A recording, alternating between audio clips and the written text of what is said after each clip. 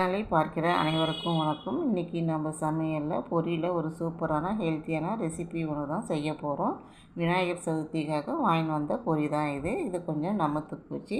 இதில் தான் இந்த ரெசிபி செய்ய போகிறோம்.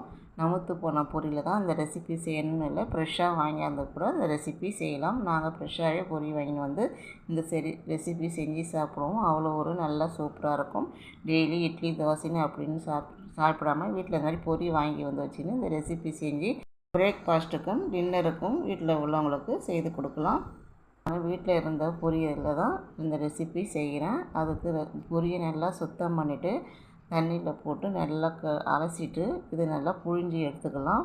புழிஞ்சி எடுத்து வச்சுட்டு இப்போ வானலில் ஒரு குழிகண்டி அளவு எண்ணெய் ஊற்றிட்டு அது எண்ணெய் காஞ்சதும் கொஞ்சம் கடுகு, கொஞ்சம் உளுத்தம்பருப்பு, கொஞ்சம் ஜீரகம் இதெல்லாம் போட்டு நல்லா பொரியணும். அது பொரிஞ்ச பிறகு ஒரு கைப்பிடி அளவு வேர்க்கடலை எடுத்து வச்சுருந்தேன். அந்த வேர்க்கடலையும் அதில் போட்டு வறுத்துக்கலாம். அது வறுபட்ட பிறகு ஒரு கொத்து கருவேப்பிலையை போட்டு அதுவும் பொரிஞ்சதும் ஒரு பச்சை மிளகா, 10 பல் பூண்டு, ஒரு துண்டு இஞ்சியை பொடியாக கட் பண்ணி வச்சுருந்தேன்.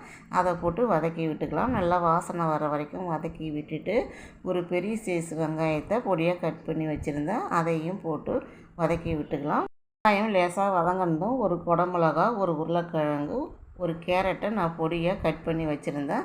அதை போட்டு வதக்கி விட்டுக்கலாம். வீடியோ எடுக்கும்போது அது மிஸ் ஆகி போச்சு அந்த இடம், அதனால் அதை காட்ட முடியல. அதை போட்டு வதக்கி விட்டுக்கலாம். அடுப்பை சிம்மில் வச்சுட்டு மூடி வதக்கினாக்கா சீக்கிரமாகவே நல்லா வதங்கி வந்துடும்.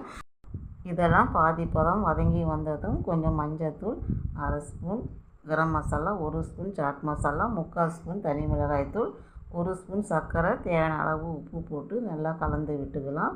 உங்களுக்கு காரத்துக்கு தகுந்த மாதிரி தனி மிளகாய்த்தூள் போட்டுக்கோங்க. நான் 3/4 ஸ்பூன் போட்டிருக்கேன். இதை போட்டு நல்லா கலந்து விட்டுக்கலாம். மிளகாயத்தினுடைய பச்சை வாசனை போகிற அளவுக்கு இந்த மாதிரி நல்லா கலந்து விட்டுட்டு நம்ம கொஞ்சம் தண்ணியை ஊற்றி வேக விடலாம்.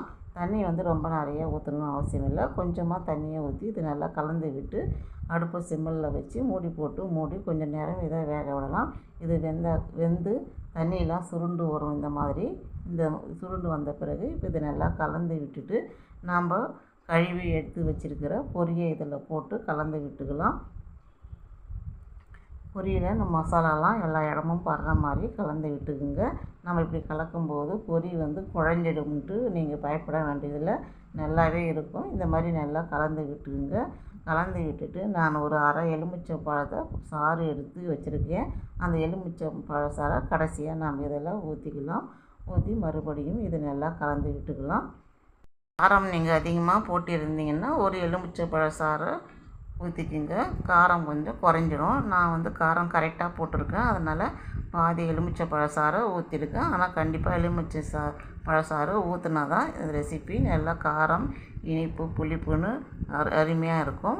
இப்போ கடைசியாக கொத்தமல்லி தழையை போட்டுட்டு கலந்து விட்டுட்டு அடுப்பை ஆஃப் பண்ணிடலாம். இப்போ நமக்கு அருமையான பொரியில் ஒரு சூப்பரான ஹெல்த்தியான ரெசிபி ரெடி ஆகிடுச்சு.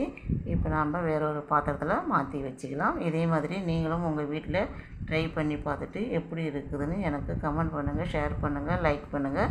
இது வரைக்கும் சப்ஸ்கிரைப் பண்ணாதவங்க சப்ஸ்கிரைப் பண்ணுங்கள். நன்றி.